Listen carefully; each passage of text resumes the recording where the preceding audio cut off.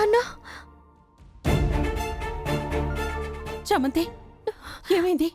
ఏమన్నా పీడకల కన్నావా? నాన్నని పోలీసులు కాల్ చేసినట్టు కలొచ్చిందత్త. నిజంగా అలా జరిగే ఉంటుందేమో. నాన్న చామ్, నాన్న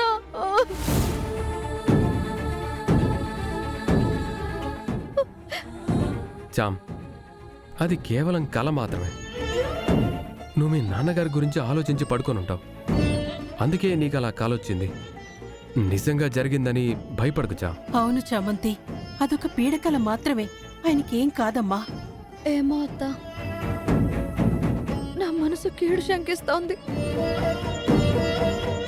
కానీ ఎందుకు ఆ దేవుడు నా నుంచి నాన్నని దూరం చేయాలని చూస్తున్నాడు? నేనేమంతటి పాపం చేశానో నాకు అర్థం కావట్లేదు అత్త. చామంతి, చెప్తున్నాం కదా విను. మీ నాన్నగారికి ఏమవుతుందో అన్న నీ ఆందోళనే కలగా వచ్చింది. అది నిజం కాదు. టైం చూసారా బాబు? 4 అవుతుంది. తెల్లవారుజామునొచ్చే కలలు నిజమవుతాయి అంటారు కదా. అప్పుడే కలొచ్చిందంటే నాన్నకి ఏదో ప్రమాదం ఉందనే కదా బాబు అర్థం. నాన్న ప్రాణాలు ప్రమాదంలో ఉన్నాయి.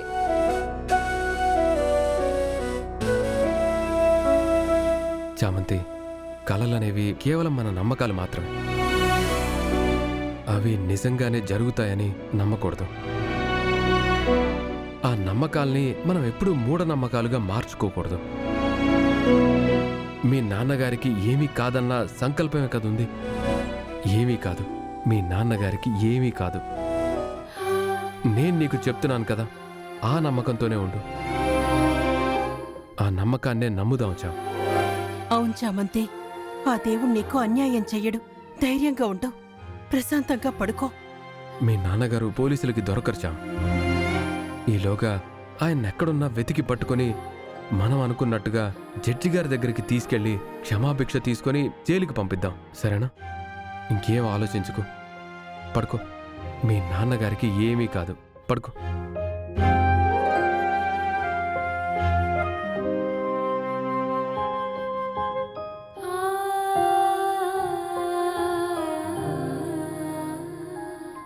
జాగ్రత్త చందు.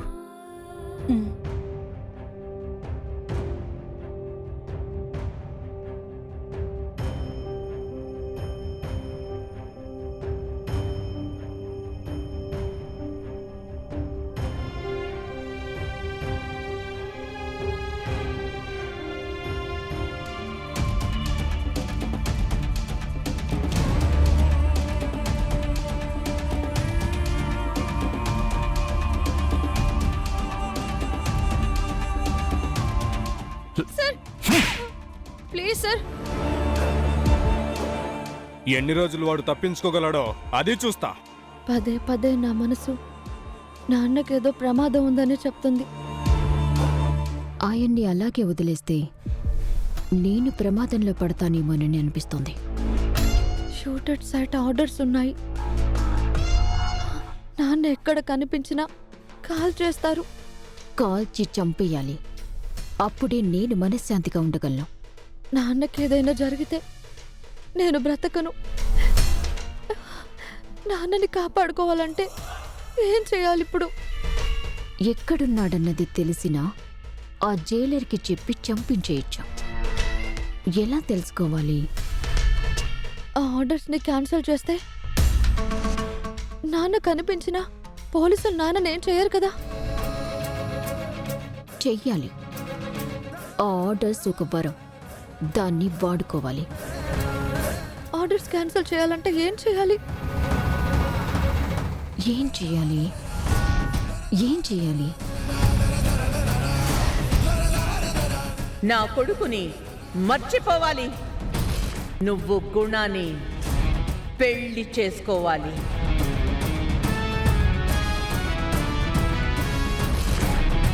నా బుర్రకేమీ తట్టట్లేదే.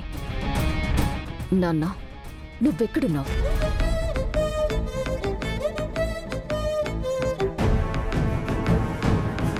నువ్వన్నట్టుగా రోజా గారు మన మనిషి రఘునా, మన కోసమే ఆలోచిస్తున్నారు.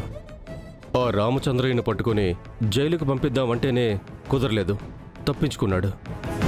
కానీ జైలర్కి కనిపిస్తే మాత్రం చంపేసేలానే ఉన్నాడ్రా. ఏం జరుగుతుందో ఏంటో. God is great. ఆ రామచంద్రయ్య సంగతి తర్వాత డాడ్. ఆ శివయ్య మనకి దొరకకుండా తప్పించుకుని తిరుగుతున్నాడు. ఆ సంగతి ఆలోచించు. ఇదే మనకి మెయిన్ విషయం రా. కాకపోతే కాస్త రిలీఫ్ అయ్యే పాయింట్ ఏంటంటే, చామంతి స్పృహలోకి వచ్చా కూడా ఆ విషయం గురించి ఏం మాట్లాడలేదంటే, శివయ్య గాడు చామంతిని రోడ్డు మీద కలిసినప్పుడు ఏం చెప్పుండడు. ఆలోపే నువ్వు యాక్సిడెంట్ చేసుంటావు.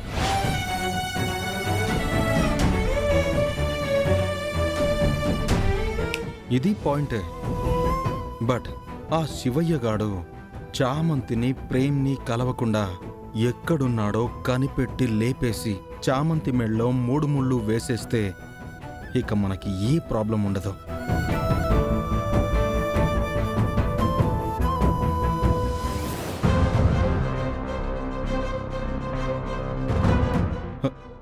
చామంతి, చామంతి, అది నువ్వెప్పుడొచ్చావు?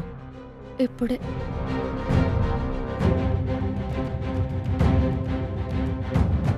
నువ్వు మా ఇంటికి వచ్చావా? నా కోసమేనా? ఏంటి చామంతి, వాడి కోసమేనా లేక ఏమైనా మాట్లాడాలా? మా నాన్న గురించి మీతో మాట్లాడాలని వచ్చాను. మా నాన్నని చంపాలని మీరు చూస్తున్నారు కదా, దయచేసి ఆయన్ని ఏమి చేయకండి. మీ కాళ్ళు పట్టుకుంటాను.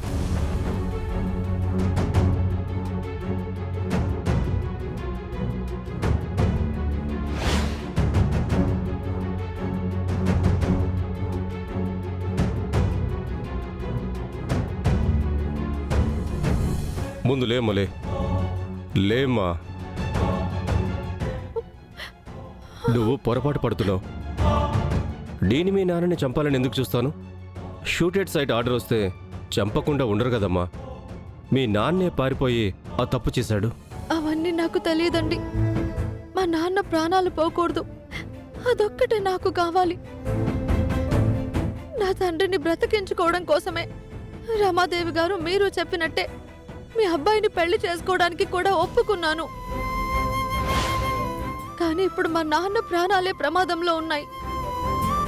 మీరు జైలర్ గారికి సహకరిస్తున్నారు. ఆయన్ని ఏ క్షణంలోనైనా ఎన్కౌంటర్ చేసేస్తారనేది అర్థమవుతుంది.